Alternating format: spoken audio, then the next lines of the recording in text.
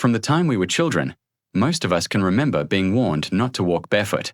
Parents and grandparents would raise their voices, "Put on your slippers, or you'll catch a cold." The warning felt so natural that we rarely questioned it. To many families around the world, bare feet equal danger. But is it really true? Does walking barefoot actually cause illness? Or is it one of those myths that has been repeated so often it feels like fact? This question matters because it touches not only on health but also on culture, daily habits, and even psychology. Around the world, barefoot practices vary widely. In many Asian households, shoes are always removed at the door for cleanliness, but socks or indoor slippers are often still required because of the belief that bare feet can bring sickness. In parts of Africa or South America, children run barefoot through villages without much worry. In modern wellness communities, barefoot walking has become a trend called grounding or earthing, celebrated for connecting the body with the earth's natural energy. Clearly, the simple act of walking without shoes is not just about comfort, it carries deep meanings and beliefs. To start unraveling the myth, let's look at how illness actually happens. The common cold, flu, and other respiratory illnesses are caused by viruses, not by temperature or bare skin. You cannot catch a virus just by stepping on a cold floor. Viruses spread when you breathe in droplets from a sneeze or cough, or when you touch a contaminated surface and then touch your nose or mouth. Walking barefoot, in itself, does not create viruses in your body. This is a key scientific fact. Illness is caused by pathogens, not by cold feet. So why has the myth lasted so long? One reason is the body's reaction to cold. When your feet are exposed to a chilly floor, blood vessels constrict to preserve heat. This natural survival mechanism keeps your core warm but slightly reduces circulation in your nose and throat. Some researchers suggest this temporary change in circulation might make it easier for viruses that are already present in your system to cause symptoms. In other words, cold feet can weaken your body's defenses for a short time, but only if you've already been exposed to germs. That's very different from saying barefoot walking creates illness. Let's make this relatable. Imagine a child who spends all day at school where classmates are sneezing and coughing. They've already been exposed to the cold virus. That evening, they run barefoot across the cold tile floor at home. A few days later, the child develops a runny nose. Parents quickly link the illness to the barefoot walking, but in reality, the child caught the virus at school. The cold floor may have lowered their resistance slightly, but it did not create the virus. The connection is easy to believe but scientifically misleading. Another reason the myth survives is timing. Illnesses don't appear instantly. You might be exposed to a virus on Monday, but not show symptoms until Wednesday. If you happen to walk barefoot during those 2 days, it's easy to blame the habit instead of the real cause. This confusion between correlation and causation has kept the barefoot warning alive across generations. At the same time, it's important to acknowledge that barefoot walking is not always risk-free. While it does not directly cause colds or flu, it can expose you to other health risks. Walking barefoot outdoors may lead to cuts, splinters, or injuries from sharp objects. In damp, communal spaces like swimming pools or gyms, barefoot walking can expose you to fungi that cause athlete's foot. In tropical regions, parasites in the soil can enter through bare skin, causing more serious illness. These risks are real, but they are not the same as the catching a cold from cold feet myth. Interestingly, barefoot walking also has benefits. Studies suggest that occasional barefoot walking strengthens the muscles in the feet and ankles, improves balance, and may reduce the risk of flat feet in children. Walking barefoot on natural surfaces like grass, sand, or smooth soil can stimulate nerve endings in the feet, improve awareness of body movement, and even relieve stress. Many people describe walking barefoot on grass in the morning dew as calming and restorative. So while cultural wisdom often frames bare feet as dangerous, science shows that in safe environments, they can actually support health. To bring this closer to everyday life, let's picture 2 different scenes. In one, a grandmother scolds her grandson for running barefoot on the kitchen floor, afraid he will get sick. In another, a wellness coach encourages her group to walk barefoot in the park to relieve stress and reconnect with nature. Both are common, both are sincere, but they reflect opposite beliefs. The truth lies somewhere in the middle. Barefoot walking is not inherently harmful, but it must be practiced with awareness of environment and circumstance. So in answering whether walking barefoot causes illness, the scientific answer is clear: no, not directly. But the myth has survived because cold exposure can influence immunity and because barefoot walking, in some situations, does expose us to different risks. This makes it easy for families to connect the habit with sickness, even if it's not the true cause. If the first step in exploring the barefoot myth is understanding that viruses, not cold floors, cause illness, then the second step is to separate imagined risks from real ones. This is the foundation of making smart, healthy choices. When people confuse myth with reality, they often create unnecessary fear. And fear, in turn, limits our freedom and independence. But when we recognize what is truly dangerous and what is harmless, we gain the power to live more confidently. Let's begin with the most common misunderstanding: cold exposure. As we said earlier, walking barefoot on a cold floor cannot create viruses in your body. What it can do, under specific circumstances, is lower your defenses for a short time. This matters only if you've already been exposed to a virus. But this subtlety is often lost in everyday explanations. Parents simply see the sequence: child runs barefoot, child develops cold, and draw a straight line of cause and effect.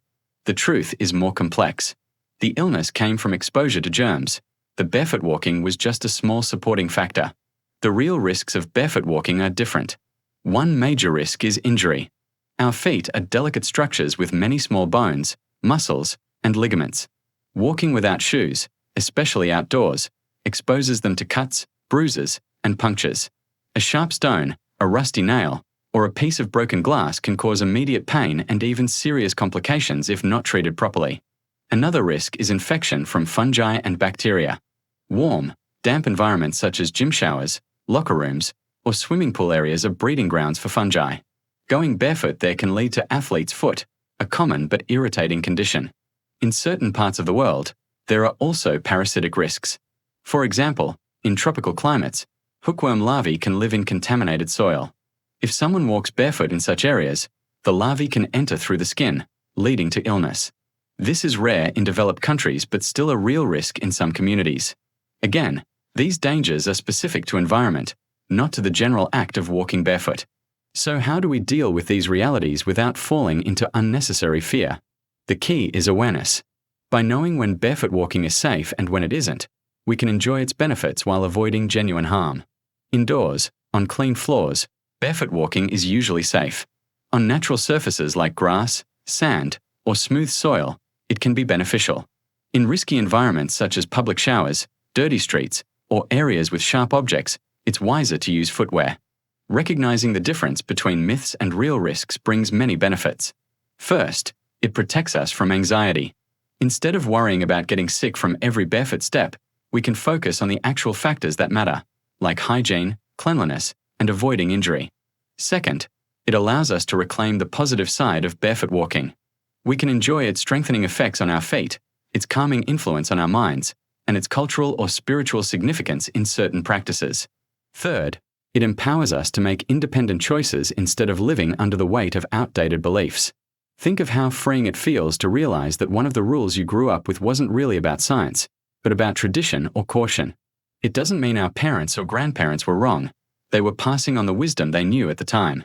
But science gives us new clarity. We can thank them for their care while also choosing to live with a more balanced understanding. Here's a simple example. Imagine Anna, a young mother, who grew up hearing constant warnings about barefoot walking. She now has children of her own. At first, she repeats the same warnings to them. But after learning the science, she changes her approach. Instead of saying, "Don't walk barefoot, you'll get sick," she says, "Walking barefoot on the clean carpet is fine, but wear sandals in the bathroom so you don't pick up fungi." This small shift changes everything. Her children grow up with both freedom and responsibility, enjoying the comfort of bare feet while understanding real risks. This approach brings emotional encouragement. Barefoot walking doesn't need to be something we fear. It can be something we embrace, as long as we are smart about it. Our bodies are resilient. Our immune systems are strong. With the right awareness, we can strike a balance between caution and freedom. And the feeling of bare feet on grass, sand, or even cool tile can remind us of childhood, play, and independence. These small joys should not be lost to myths. As we transition to the next part, the journey becomes clearer. Once we separate myth from fact, the next question is, when and how is barefoot walking actually good for us, and when should we be careful? Now that we've cleared away the confusion between myths and real risks, it's time to look deeper into the two sides of barefoot walking, the benefits it can bring and the dangers it sometimes carries. Like many things in life, barefoot walking is neither purely good nor purely bad. It depends on context. Understanding when it is healthy and when it is risky helps us make choices that allow freedom without carelessness. Let's start with the positive side. Walking barefoot on safe surfaces can actually strengthen the body in ways that shoes sometimes prevent. Modern shoes cushion and support the feet, which feels comfortable, but they also do some of the work that our muscles and ligaments are meant to do. Over time, this can make our feet weaker and less flexible. Walking barefoot, even for short periods, forces the small muscles in the feet and ankles to activate, improving strength and balance. For children, this is especially important. Studies show that children who spend time barefoot develop better foot structure and coordination. For seniors, barefoot walking on safe indoor surfaces can help maintain stability and reduce the risk of falls. There's also the mental and emotional benefit. Think about the last time you walked barefoot on grass, sand, or smooth soil. The sensation is different from walking in shoes. It feels grounding, refreshing, even freeing. Many people describe it as reconnecting with nature. Some wellness practices call this earthing or grounding, suggesting that direct contact with the Earth's surface has calming and restorative effects. While the scientific research on grounding is still developing, countless people report lower stress and improved mood after spending time barefoot outdoors. Whether it's science or psychology, the experience itself is real. Now, let's shift to the risks. Walking barefoot is not automatically dangerous, but there are certain situations where it increases vulnerability. Outdoors, sharp objects such as glass, metal, or stones can injure the feet. Even small cuts can lead to infections if not treated properly. In damp environments, locker rooms, gym showers, swimming pool decks, fungi thrive. Walking barefoot there raises the risk of athlete's foot, a condition that causes itching, redness, and cracking between the toes. While treatable, it is uncomfortable and preventable with simple protection like sandals.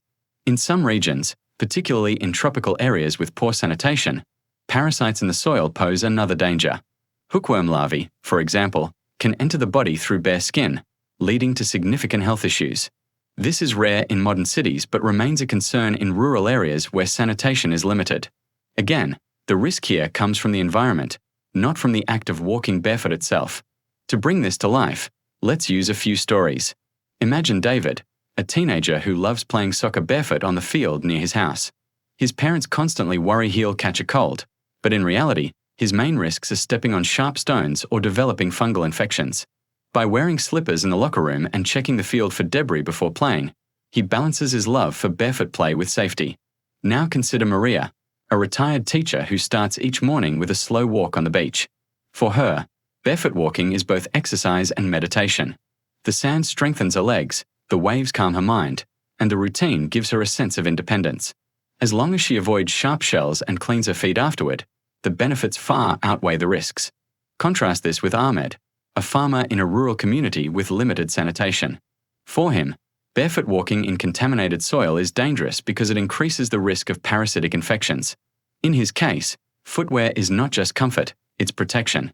His story shows that environment truly determines whether barefoot walking is safe or not.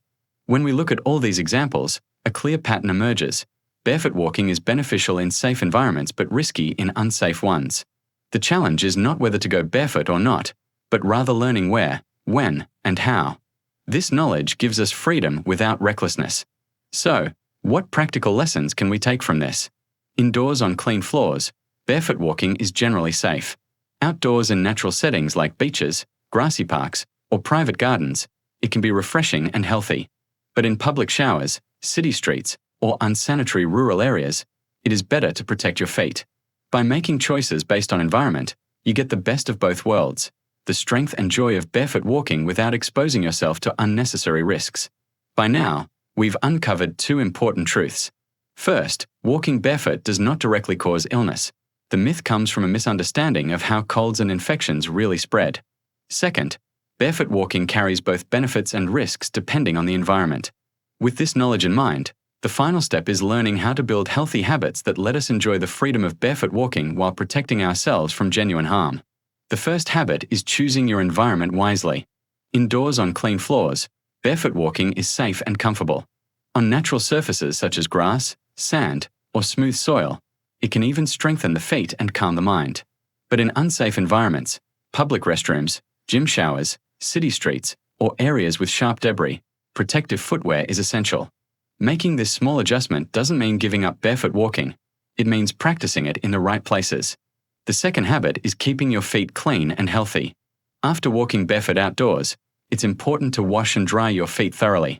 This removes dirt, sweat, and microorganisms that might cause infection. Pay special attention to the spaces between the toes, as fungi thrive in damp areas.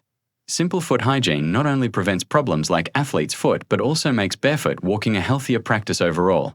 The third habit is listening to your body. For most healthy adults, short periods of barefoot walking are beneficial. But if you notice discomfort, injuries, or persistent infections, it's a signal to be more cautious. For seniors with conditions like diabetes or poor circulation, special care is needed. Reduced sensation in the feet can make injuries go unnoticed, and even small cuts can lead to serious complications. In these cases, doctors often recommend protective footwear at all times. Recognizing these individual differences ensures barefoot walking remains safe and enjoyable. Another valuable habit is transitioning gradually. If you're used to wearing shoes all the time, suddenly spending hours barefoot might strain your feet. Start small. Walk barefoot at home for a short time each day, then slowly increase as your feet adapt. This strengthens the muscles and improves balance without overwhelming them. Over time, your feet will become more resilient, making barefoot walking more comfortable and natural. Beyond habits, there is also the psychological benefit of reframing barefoot walking. Instead of seeing it as risky or careless, we can see it as an opportunity for freedom, grounding, and mindfulness. Walking barefoot can remind us of childhood play, of times when life felt simpler and more connected to nature. For seniors, it can be a way to maintain independence, choosing when and where to go barefoot as a personal act of control over their own health and comfort. For adults balancing busy lives, it can serve as a small daily ritual of relaxation and stress relief. Let's imagine Maria again, the retired teacher who enjoys walking barefoot on the beach. At first, her family worried it might harm her health, but she built habits that made it safe. She chose the clean, sandy environment of the beach, washed her feet afterward, and wore shoes when walking in less safe areas. Over time, her routine became more than exercise. It became a symbol of independence. Each barefoot step reminded her that age did not take away her ability to choose joy and freedom. Or consider James, a busy office worker who discovered that kicking off his shoes after work and walking barefoot around his home helped him relax. By practicing good hygiene and keeping his environment safe, he enjoyed the calming benefits without worry. His simple habit turned into a form of stress relief, helping him sleep better and feel more refreshed in the morning. These stories show that barefoot walking, when approached with awareness, is not something to fear but something to embrace. The myth that it causes illness has been replaced by the truth. It is not the bare feet themselves that cause sickness, but the environment, existing germs, and personal health conditions. With the right habits, we can enjoy the comfort, strength, and peace that come from walking barefoot without sacrificing safety. And this brings us to the inspiring conclusion. Health is not about living in fear of old warnings. It's about making informed choices. Walking barefoot does not need to be banned from our lives because of myths. Instead, it can be welcomed as part of a balanced lifestyle that supports both body and spirit. Seniors can find hope in knowing that independence is not about avoiding risks completely but about managing them wisely. Adults can find strength in reclaiming the simple joys of barefoot walking without guilt or worry. So the next time someone warns, "Put on your slippers or you'll get sick," you can smile, knowing the fuller truth. Walking barefoot does not directly cause illness. With awareness, hygiene, and smart choices, you can enjoy the freedom of bare feet, strengthen your body, and nurture your spirit. That's not just a fact, it's a reminder of hope, strength, and independence, one barefoot step at a time.